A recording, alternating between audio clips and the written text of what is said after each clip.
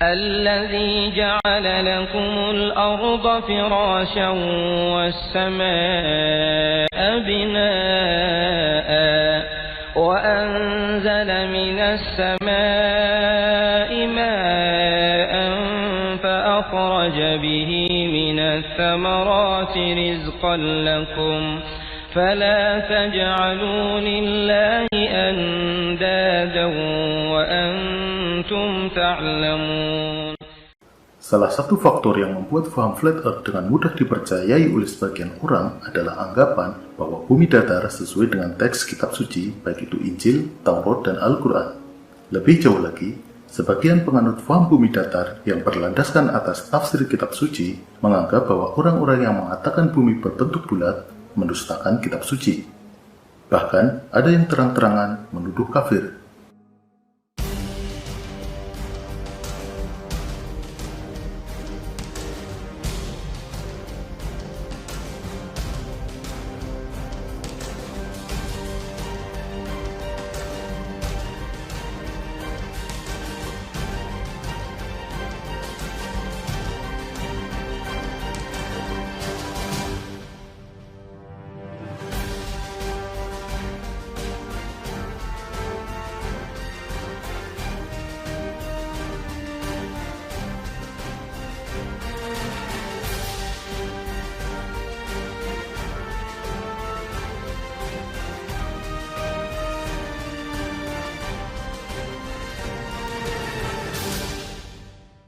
Para penganut teori bumi datar sering menggunakan ayat kitab suci untuk mendukung keyakinan mereka. Katanya, di dalam Injil, Taurat, dan Al-Quran ada ayat-ayat yang menyatakan bahwa bumi berbentuk datar. Di sini, saya tidak akan membahas Taurat dan Injil. Biarlah umatnya sendiri yang membahas kitab sucinya masing-masing. Di sini, kita akan membahas bentuk bumi menurut Al-Quran. Al-Quran adalah firman Allah yang pasti benar. Sebagai pedoman utama bagi umat Islam, setiap muslim berhak, bahkan wajib membaca Al-Quran dan mengamalkan isinya. Dalam membaca sesuatu, pasti akan muncul suatu pemahaman. Pemahaman satu orang dengan lainnya bisa saja sama, bisa juga sedikit berbeda, atau bahkan berbeda sama sekali. Saya juga punya pemahaman sendiri, namun pemahaman saya untuk diri saya sendiri. Saya tidak berani menafsirkan Al-Quran dan menyebarkannya kepada orang lain.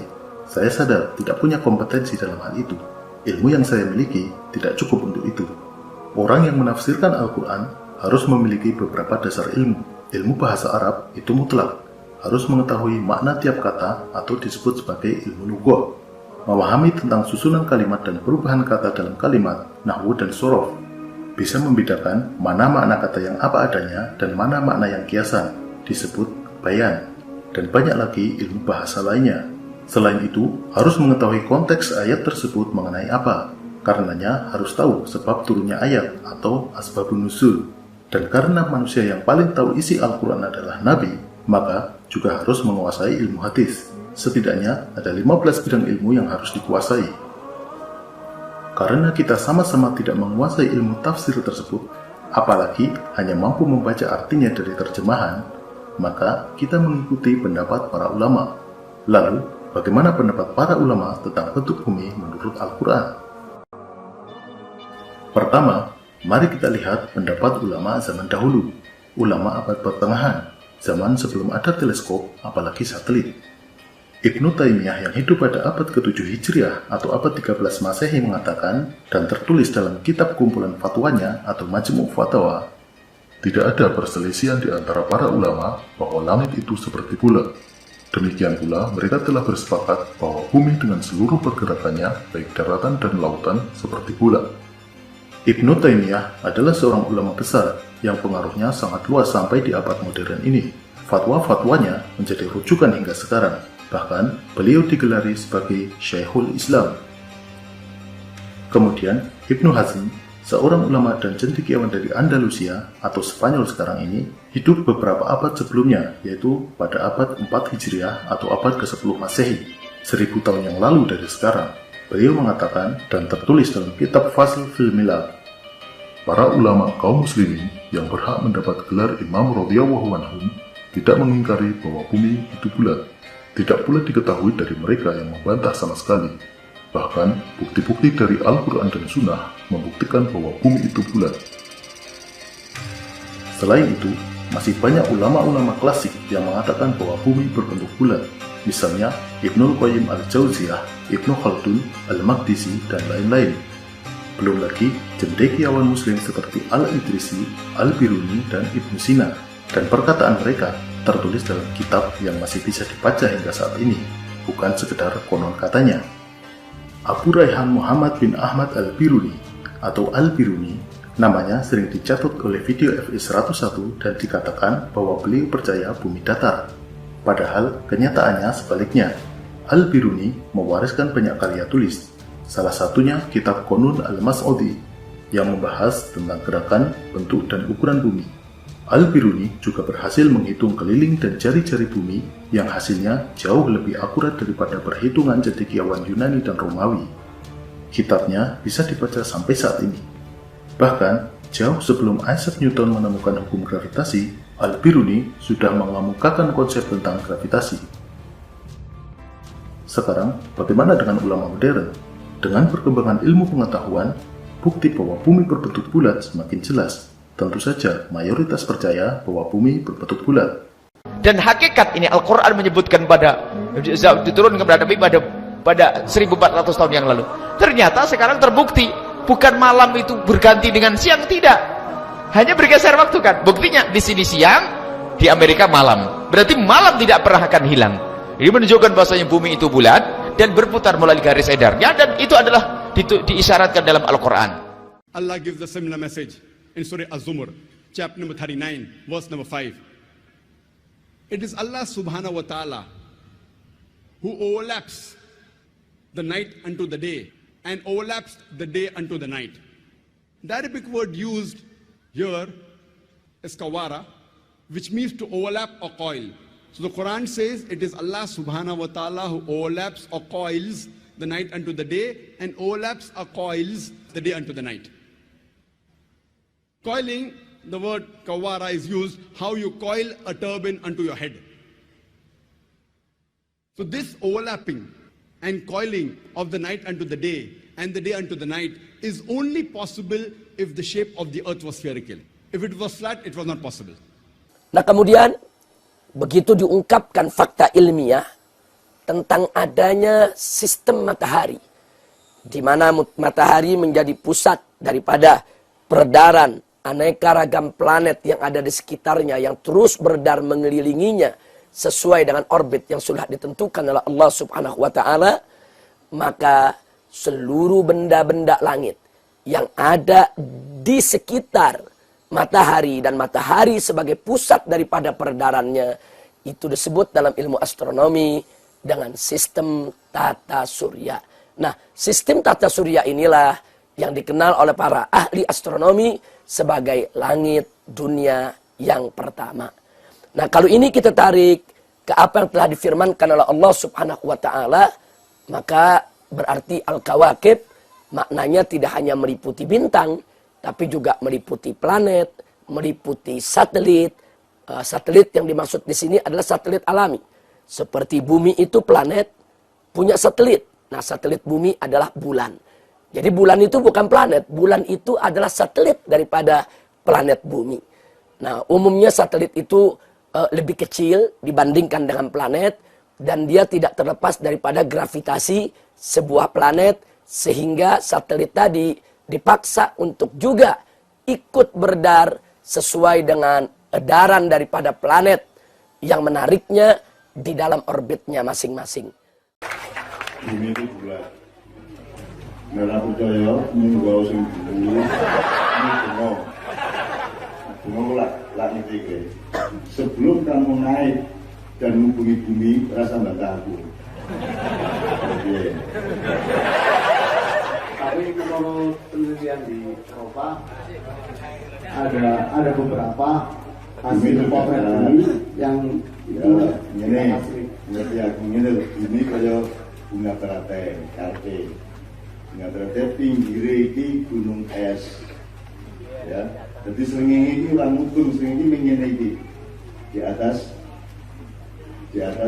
bumi yang datar itu. Jadi ini kayak teratai kan. Ini sore ora jelas. Ini pokoknya ceper kayak piring ini. Gitu ya. Itu menurut komunitas bumi datar yang anggotanya sedunia itu sekitar 500 orang, ya. Dan mereka mendapatkan bukti, saya Tuhan, aku hamparkan, berarti kepermu, gitu. Ya nek kowe ndelok ayat Quran sing harfiah itu ya oke banget sing ora cocok karo apa yang kita ketahui di bumi. Tapi kan kalimat itu kan tidak hanya harfiah tapi juga ma'aliyah, kan gitu. Yang sebetulnya oke banget di Quran misalnya. Jadi kalau saya bumi bulat. Mohon maaf saya potong. Bahkan di logo PBB itu menggunakan peta bumi datar kan.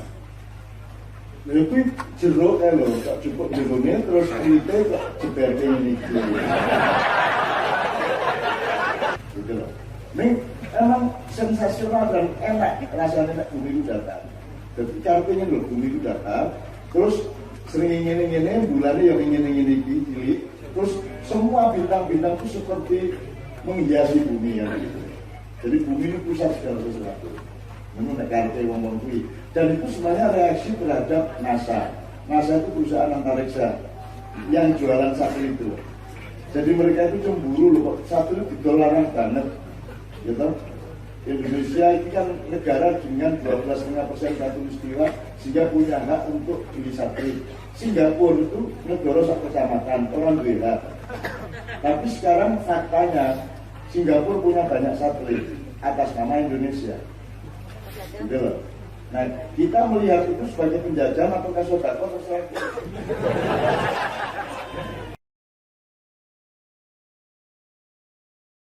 Dalam surat Al-Baqarah ayat 22 Allah berfirman, "Alladzi ja'ala lakumul arda firasyan." Dialah yang menjadikan bumi sebagai hamparan.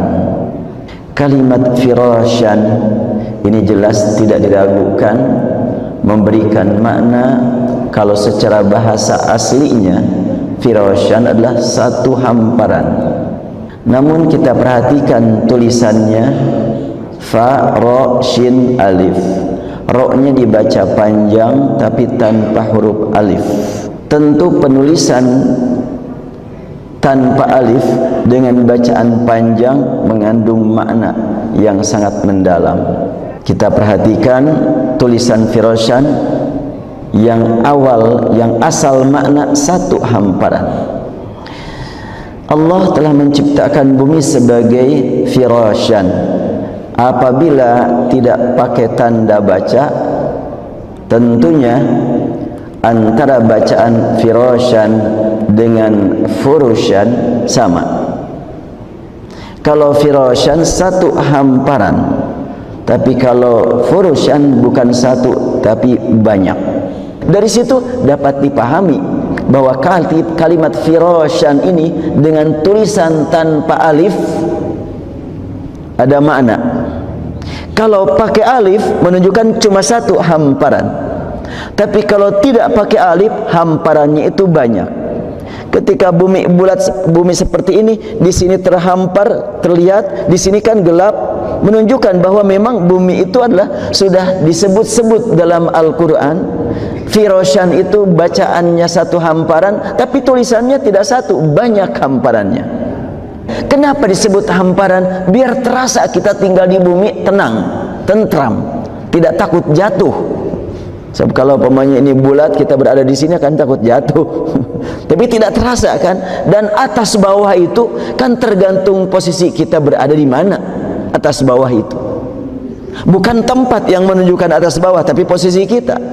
Ketika mendengar bacaan menggambarkan ketenangan dan ketentraman hidup di muka bumi, melihat tulisan ternyata bumi ini adalah memiliki banyak hamparan. Hamparan sebelah sini, hamparan sebelah sini, hamparan sebelah sini, semuanya hamparan. Itulah sudah menggambarkan dari tulisan ini tidak bisa dikatakan bertentangan. Ayat ini tidak bertentangan dengan ilmu pengetahuan. Ilmu pengetahuan tidak bertentangan dengan ayat ini. Tetapi, apakah ada ulama yang berpendapat bahwa bumi datar? Tentu saja ada. Salah satu contohnya adalah Syekh Abdul Aziz bin Abdullah bin Baz yang pernah menjadi mufti kerajaan Saudi Arabia.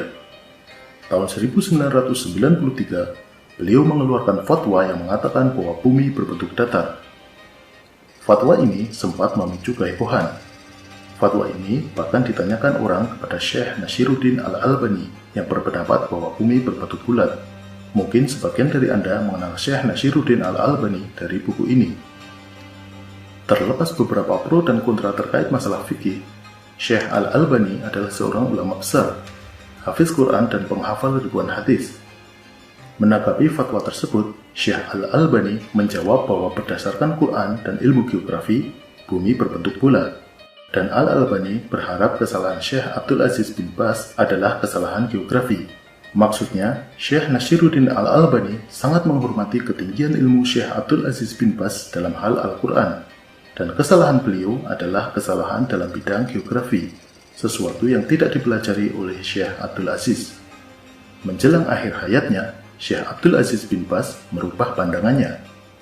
Pangeran Sultan bin Salman Al Saud, pilot Angkatan Udara Kerajaan Saudi Arabia, putra Raja Salman saat ini, pada tahun 1985 berkesempatan mengikuti misi keluar angkasa dan berada di orbit selama 7 hari.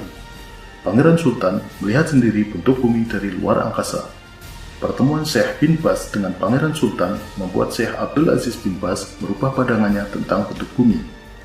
Dari berbagai perbedaan pendapat di atas, dapat disimpulkan sebagaimana dikatakan oleh Syekh Nasiruddin Al-Albani bahwa Al-Quran tidak secara tegas mengatakan bahwa bumi berbentuk bulat atau datar, sehingga masalah bentuk bumi bukan masalah akidah, apalagi sampai mengkafirkan orang. Ingat, tuduhan kafir adalah tuduhan yang sangat serius dan berbahaya. Jika ternyata tuduhan itu tidak benar, maka tuduhan itu akan kembali ke penuduhnya sendiri. Bentuk bumi adalah ranah ilmu pengetahuan, masalah duniawi, suatu hal yang bisa diamati dan diteliti. Disinilah peran ilmu pengetahuan. Dunia Islam pernah menjadi pusat ilmu pengetahuan.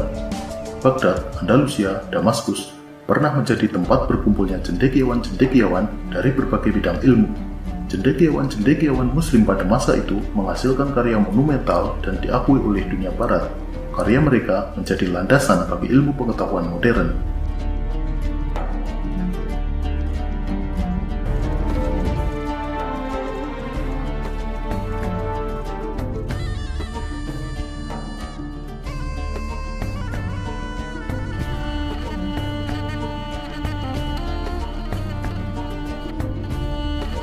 Salah satu cabang ilmu yang sangat maju adalah astronomi.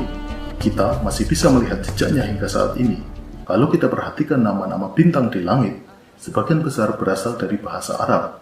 Meskipun sudah mengalami perubahan bunyi, karena setelah kemunduran dunia Islam, pusat ilmu pengetahuan berpindah ke Eropa.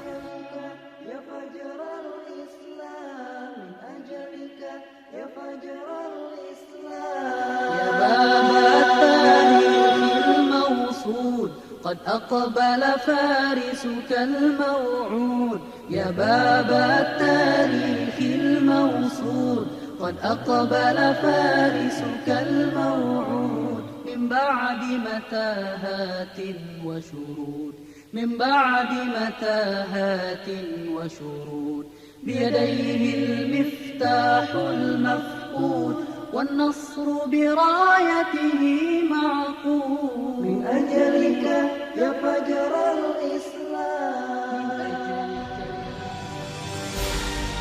Para pendahulu kita pernah mengukir catatan gemilang dalam kemajuan ilmu pengetahuan, memberikan warisan yang berharga bagi dunia.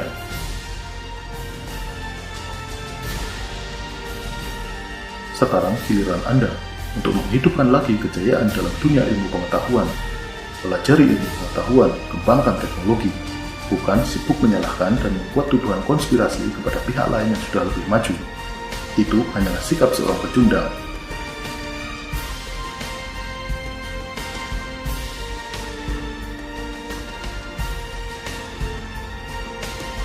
Pada bagian berikutnya, kita akan membahas mengenai horizon, lengkungan bumi, dan perspektif. Sampai jumpa.